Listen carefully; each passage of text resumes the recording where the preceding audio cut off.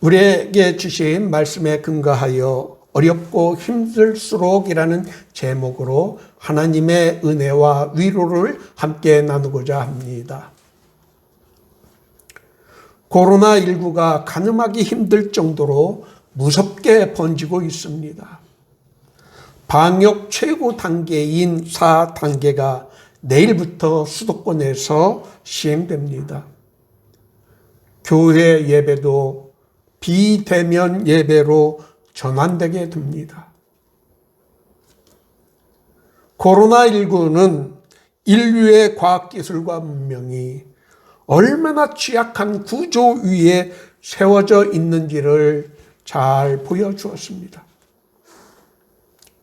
성경의 창조론보다 진화론을 더 믿었고 물리적 이론으로 우주를 다 설명할 수 있는 것처럼 또 하나님 없이도 살 수 있는 것처럼 오만하였습니다.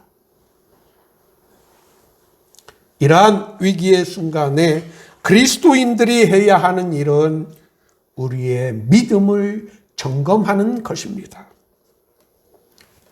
그리스도인의 믿음은 자기가 원하고 믿고 싶은 것만을 믿는 허무맹랑한 것이 아닌 하나님의 확실한 약속을 믿는 것입니다. 어렵고 힘들수록 우리는 신앙의 기본과 원리로 돌아가야 합니다. 오늘 본문의 말씀은 교회의 정체성과 우리 믿음의 기초가 무엇인지를 잘 가르쳐 줍니다. 오늘 본문 해석에서 로마 가톨릭과 개신교의 신학적 정체성이 분명하게 갈라집니다. 예수님은 제자들에게 사람들이 인자, 예수님을 누구라 하느냐라고 물으셨습니다. 예수님에 대한 사람들의 생각을 제자들이 말하자 예수님께서는 너희는 나를 누구라 하느냐라고 단도직입적으로 물으셨습니다. 우리 예수님은 여론조사나 설문조사를 하기 위해 이 질문을 하신 것이 아닙니다. 제자들에게 신앙의 결단을 촉구하고 올바른 신앙 고백을 가르쳐 주기 위해서였습니다. 위기의 시기를 살고 있는 우리에게 예수님은 믿음의 결단과 올바른 신앙 고백을 우리들에게 요구하고 계십니다. 베드로가 당신은 그리스도시요 살아계신 하나님의 아들이라고 고백하자 예수님은 바요나신 문화 내가 복이 있도다 라고 칭찬하셨습니다. 올바른 신앙 고백을 할 수 있다는 것은 복입니다. 이 고백은 베드로의 이성이 아닌 하나님의 계시로 인한 것입니다. 예수님께서는 마태복음 11장에서 내 아버지께서 모든 것을 내게 주셨으니 아버지 외에는 아들을 아는 자가 없고 아들과 또 아들의 소원대로 계시를 받은 자 외에는 아버지를 아는 자가 없다라고 말씀하셨습니다. 예수님의 이 말씀은 올바른 신앙 고백이 우리들에게 왜 복인지를 가르쳐 줍니다. 우리가 매 주일 예배 시작에서 드리는 신앙 고백이 우리에게 얼마나 중요한지를 오늘 본문의 말씀은 잘 가르쳐 줍니다.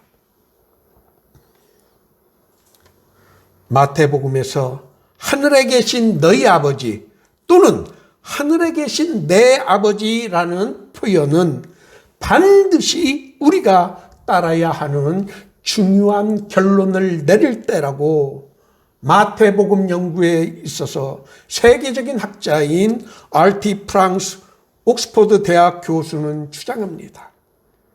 마태복음을 읽다가 이 표현이 나오면 우리는 주의 깊게 살펴보아야 합니다. 대표적인 예가 주기도문의 시작인 하늘에 계신 우리 아버지여입니다. 이 표현은 우리는 기도를 허공에 대고 되면 좋고 안 되면 할 수 없고 말하는 식으로 막연하게 기도하는 것이 아니라 언제나 우리의 기도를 들으시는 하나님 아버지께 하는 것이라는 것을 강조하여 줍니다.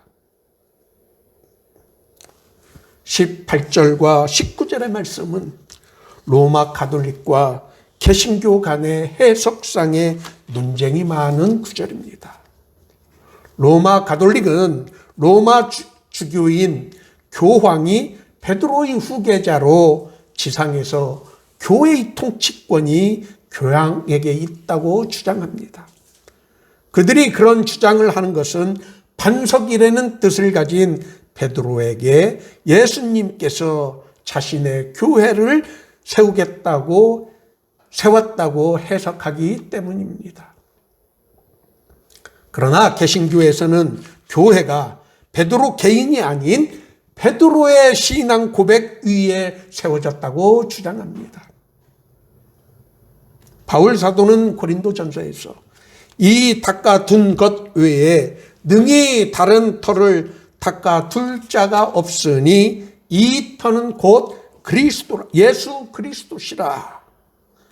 또 너희는 너희가 하나님의 성전인 것과 하나님의 성령이 너희 안에 계신 것을 알지 못하느냐라는 말씀에서 로마 가톨릭의 이 구절 해석이 잘못된 것이라는 것을 증명하여 줍니다. 특히 18절에서 반석을 의미하는 페트로스와 이 반석, 영어로 this rock, 헬라어로 페트라라는 영어 여성 명사가 사용되었습니다. 이 구문을 해석하는데 학자들 간에 첨예한 논쟁이 있습니다. 베드로, 반석, 페트로스는 남성 명사입니다. 그러나 여성 명사로 쓴 이 반석은 베드로가 아닌 그의 신앙 고백을 나타낸다고 개신교 신학자들은 주장합니다. 제가 주보에 그 헬라어로 실어놨습니다. 예수님께서는 베드로의 신앙 고백 위에 예수님의 교회를 세우시겠다고 말씀하셨습니다. 교회는 베드로 개인이 아닌 올바른 신앙 고백 위에 설립된 것입니다. 교회에 속한 교회의 구성원인 그리스도인들에게 올바른 신앙 고백이 얼마나 중요한지를 가르쳐 줍니다. 어렵고 힘들 때마다 우리가 해야 하는 일은 신앙의 기본과 믿음의 원리로 돌아가는 것입니다. 그것이 예수님에 대한 바로 우리의 올바른 신앙 고백인 것입니다. 음부의 권세, 죽음의 공포가 우리를 좌지우지하지 못하도록 예수님께서는 약속하여 주셨습니다. 올바른 신앙 고백 위에, 즉 교회 안에 우리가 있을 때 그 어떤 죽음의 공포와 위협도 우리를 어쩌지 못합니다. 지금의 코로나19의 죽음의 그림자도 우리를 이기지 못합니다. 이 어려운 시기에 우리에게 희망이 있는 것은 음부의 권세가 감히 어쩌지 못하는 교회가 있기 때문입니다. 우리가 환난 중에서도 희망의 끈을 놓지 않을 수 있는 것은 우리에게 예수님의 바로 이 약속이 있기 때문입니다. 교회는 구원받은 하나님의 백성들이 구원의 기쁨과 감격의 경험을 함께 나누는 곳입니다. 교회는 인간 실존의 근본적인 문제가 해결되었음을 선언해 줍니다. 인간의 한계, 인간의 숙명적인 죽음의 공포와 문제가 해결된 것을 경험하는 곳이 바로 교회입니다. 예수님께서 처음으로 복음을 선포하실 때 병든 자를 고치신 것과 죽은 자를 살려주신 것은 사탄의 세력을 물리치고 새로운 생명과 희망이 교회에서 시작된다는 것을 보여주신 것입니다. 교회는 건물이 아닌 예수를 주로 고백하는 그리스도에게 속한 사람들의 모임입니다. 교회는 예수님과의 개인적인 친교의 경험을 나누는 곳입니다. 교회는 구원받은 주의 백성들의 모임입니다. 교회는 예수 그리스도의 은혜와 하나님 아버지의 사랑과 성령의 역사심이 나타나는 곳입니다. 바로 이것이 교회의 표식입니다. 코로나19의 확산으로 죽음의 공포와 경제적 빈곤이 우리를 덮친다 하더라도 우리는 이를 넉넉하게 이길 힘이 우리에게는 있습니다. 이 힘은 우리의 능력이 아닌 하나님의 약속에 있습니다. 어렵고 힘들수록 우리가 놓치지 말고 붙들어야 하는 돌이 올바른 신앙 고백이 있음을 깨달으시기를 바랍니다.